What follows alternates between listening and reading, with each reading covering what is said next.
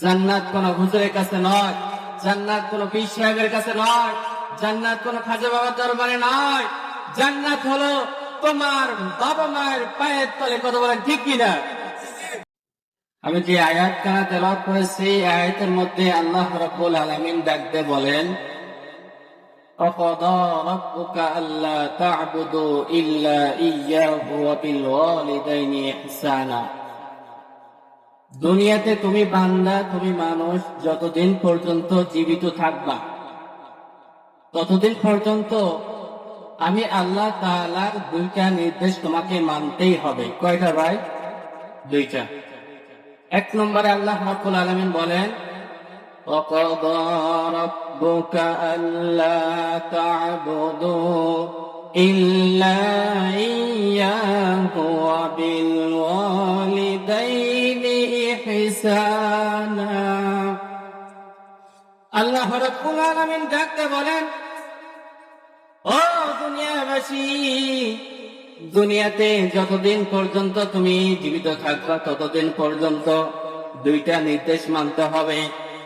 এক নম্বর হলো, দুনিয়ার মধ্যে তোমাকে শুধুমাত্র আমি আল্লাহ তাআলার ইবাদত করতে হবে, অন্য কারো ইবাদত করা যাবে না, অন্য কারো গুণগান করা যাবে না। বলেন তো, দুনিয়াতে আমরা যতদিন বেঁচে থাকবো ততদিন কার ইবাদত করব?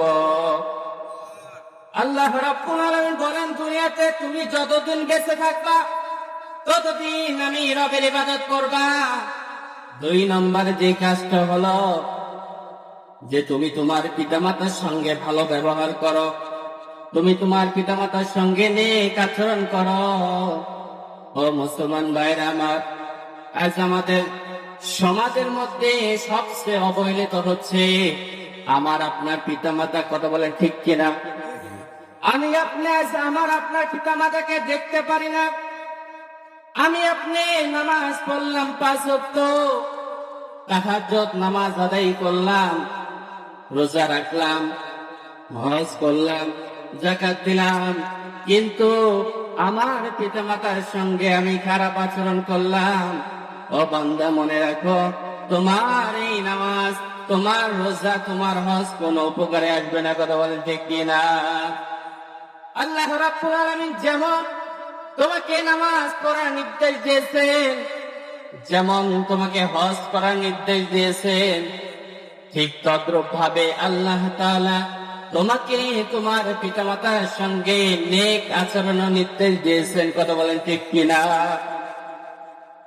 মুসলমান ভাই আমার, আজ আমি আপনি মক্কা মদিনায় যাই হজ করার জন্য, টাকা পয়সা জোগাইয়ে হজ করতে যাই। আমার আপনার হজ কবুল হতেও পারে, নাও পারে।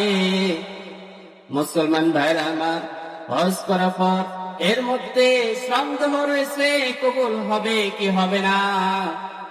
কিন্তু আল্লাহ রাসূল সাল্লাল্লাহু আলাইহি ওয়াসাল্লাম বলেন, আল্লাহ রাসূল সাল্লাল্লাহু আলাইহি ওয়াসাল্লামের কাছে এক ব্যক্তি আরজ করল, ইয়া রাসূলুল্লাহ, ইয়া হাবিবাল্লাহ, কোন ব্যক্তি যদি তার পিতামাতার দিকে নেক নজরে তাকায়, আল্লাহ রাসূল সাল্লাল্লাহু আলাইহি ওয়াসাল্লাম বলেন, তাহলে সে একটা কবুল হজের সওয়াব পেয়ে গেল।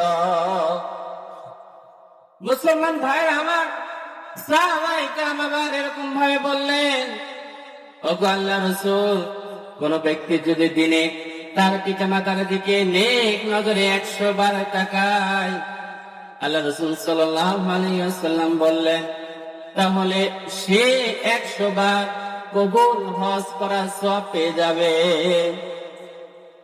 তাহলে মুসলমান ভাইরা আমার, রাসূলের হাদিস এটা প্রমাণ করে, তুমি সামর্থ্যবান হও নাই, তোমাকে আল্লাহ তাআলা সামর্থ্য দেয় নাই, আফসোস করো না, তুমি তোমার পিতামাতার দিকে নেক নজরে তাকাও, তাহলে আল্লাহ রাব্বুল আলামিন তোমাকে কবুল হজের সওয়াব দিয়ে দিবে। সুবহানাল্লাহ। বাড়ির যাই বলেন,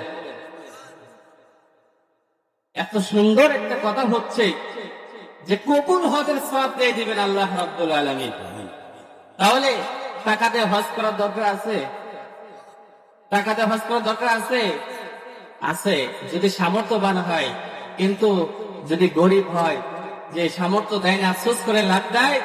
বরঞ্চ তোমার হজের সওয়াব যদি তুমি পেতে চাও, তুমি তোমার পিতামাতার সঙ্গে ভালো আচরণ করো, নেক নজরে তাকাও।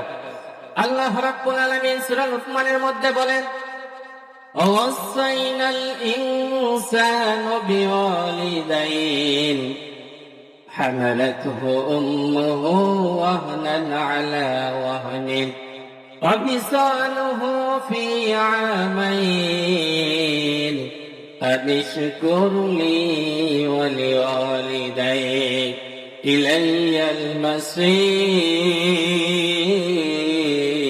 المصير। আল্লাহ রাব্বুল আলামিন সূরা লুকমানের মধ্যে সুন্দরভাবে জানিয়ে দিলেন, ও দুনিয়ার মানুষ, আমি আল্লাহ তাআলা তোমাদেরকে নির্দেশ দিয়েছি, দুনিয়াতে তোমরা তোমাদের পিতামাতার সঙ্গে ভালো আচরণ করবে, বিশেষভাবে তোমরা তোমাদের মায়েদের সঙ্গে ভালো আচরণ করবে। আল্লাহ রাব্বুল আলামিন বলেন যে হামালাতুহু উম্মুহু ওয়াহনান আলা ওয়াহনিন, কেন তুমি তোমার মায়ের সঙ্গে বেশি ভালো আচরণ করবা? আল্লাহ বলেন যে তোমার মা কষ্টের উপর কষ্ট সহ্য করে তোমাকে গর্ভে ধারণ করেছে। কথা বলেন ঠিক কি না? আমি আপনি যখন মায়ের পেটের মধ্যে ছিলাম, আল্লাহ রাব্বুল আলামিন আমাকে তার কুদরতি ভাবে মায়ের মুখ দিয়ে আমাকে খাওয়াইছে। আমরা যখন একটু বড় হলাম, আমরা যখন পেটের মধ্যে আস্তে আস্তে বড় হতে লাগলাম, মাকে লাথি মারলাম, মায়ের পেটের এ পাশে লাথি মারি, ও পাশে লাথি মারি, মা নীরবে সহ্য করে, মা নীরবে কষ্টগুলা সহ্য করে যায়, মা মনে ব্যথা পায় না। এমনকি যখন আমি আপনি দুনিয়াতে আগমনের সময় আমাদের ঘনিয়ে আসে, যখন মার প্রসব বেদনা শুরু হয়ে যায়, মার এতটা কষ্ট হয়, এতটা কষ্ট হয়। বৈজ্ঞানিক ডাক্তারগণ বলেন একজন সুস্থ মানুষ ৪৫ ইউনিট কষ্ট সহ্য করতে পারে, কিন্তু আমার আপনার মা যখন আমাকে আপনাকে দুনিয়াতে ভূমিষ্ঠ করলেন, প্রসব করলেন, তখন আমার আপনার মা ৫৭+ ইউনিট ব্যথা সহ্য করে। বিজ্ঞানীকে বলবেন যে ৫৭ ইউনিট কেমন ব্যথা? একজন সুস্থ মানুষের হাড় ২০টা হাড় যদি একসাথে ভাঙা হয় যতটা কষ্ট হয়, আমার আপনার মা যখন আমাকে আপনাকে প্রসব করলেন, ওই সময় আমার আপনার মা এই ২০টা হাড় ভাঙার কষ্ট সহ্য করেছে। আল্লাহু আকবার। তাহলে যুবক ভাইরা, আল্লাহ রাব্বুল আলামিন বলেন যে বিশেষ করে তুমি তোমাদের মায়েদের সঙ্গে ভালো আচরণ করো, কারণ তোমার মা তোমাকে কষ্টের পর কষ্ট সহ্য করেছে, তোমাকে নিজের জীবন বাজি রেখে তোমাকে দুনিয়ার আলো দেখিয়েছে। শুধু তাই নয়, তোমাকে দুনিয়াতে পাঠিয়ে আল্লাহ রাব্বুল আলামিন বলেন তোমার মা শান্ত হয় নাই, অফিসালুহু ফি আমাইন, যখন তোমাকে দুনিয়াতে প্রসব করলো, তখন আল্লাহ রাব্বুল আলামিন আমার আপনার মায়ের বুকের স্তনে দুধ দিয়ে দিলেন। তাহলে মুসলমান ভাইরা আমার আপনার মা ২ বছর দুধ পান করিয়েছে। মুসলমান ভাইরা আমার, এই মা এত কষ্ট করেছে, এত কষ্ট করেছে, এই মা বাবার সঙ্গে আজ আমরা খারাপ ব্যবহার করি।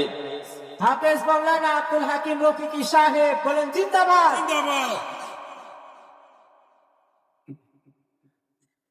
বক্তা চলে এসেছে, তো আরেকটু কথা বলে শেষ করে দেব। সেটা হলো, আমার আপনার মা আমাকে আপনাকে শুধু দুনিয়াতে আগমন করেই ক্ষান্ত হন নাই, তার বুকের দুধ আমরা চুষে চুষে, মাকে চুষে চুষে খেয়েছি, কিন্তু আজ বড় হয়ে মাকে ভুলে গেছি। আল্লাহ রাসূল সাল্লাল্লাহু আলাইহি ওয়াসাল্লাম বলেন, হুমা জান্নাতুকা ওয়া নারুকা, জান্নাত কোন হুজুরের কাছে নয়, জান্নাত কোন পীর সাহেবের কাছে নয়, জান্নাত কোন খাজা বাবার দরবারে নয়, জান্নাত হলো তোমার বাবা মায়ের পায়ের তলে। কথা বলেন ঠিক কিনা? তুমি যদি তোমার জান্নাতকে নিতে চাও, তুমি যদি চাও দুনিয়াতে তুমি জান্নাত কামাই করবা, তাহলে তুমি তোমার মায়ের সঙ্গে ভালো আচরণ করো। কথা বলেন ঠিক কিনা? এই জন্য মুসলমান ভাইরা আমার, তোমাকে জান্নাতে যদি যেতেই হয়, জান্নাতে বাবা মা সন্তুষ্টি ছাড়া তুমি জান্নাতে যেতে পারবে না। আল্লাহ রাব্বুল আলামিন আমাদেরকে আমার আপনার মায়েদের সঙ্গে ভালো ব্যবহার করার তৌফিক দান করে, সকল বলে আমিন। আল্লাহ রাব্বুল আলামিন সেই সাথে আমাকে আপনাকে যতদিন দুনিয়াতে বেঁচে রাখেন ততদিন এই দুইটা নির্দেশ। এক নম্বর হলো যে আমি আপনি দুনিয়াতে যতদিন থাকবো ততদিন অন্য কারণ নয়, একমাত্র কার ইবাদত করবো ভাই? আল্লাহ। আর দুই নম্বর হলো তুমি তোমার বাবা মায়ের সঙ্গে নেক আচরণ করো। এই ফয়সালাটা দিয়েছেন কে? আল্লাহ রাব্বুল আলামিন এই ফয়সালা দিয়েছেন। এই জন্য পিতা মাতার খেদমত করা আমার আপনার উপর ফরজ। নামাজ যেমন ফরজ, রোজা যেমন ফরজ, ঠিক তদ্রূপ তোমার আমার পিতা মাতার প্রতি সৎ আচরণ করা এটাও ফরজ। তো আমি সংক্ষেপে এই কথাটাই বুঝাতে চেয়েছিলাম যে পিতা মাতার সঙ্গে আমাদেরকে ভালো ব্যবহার করতে হবে। পিতা মাতা আমাদেরকে দুনিয়াতে লালন পালনের ক্ষেত্রে বড় ধরনের ভূমিকা পালন করেছে। আল্লাহ রাব্বুল আলামিন আমাদেরকে এই পিতা মাতার সঙ্গে নেক আচরণ এবং হুসনে সুলুক ব্যবহার করার তৌফিক দান করে, সকলে আমিন।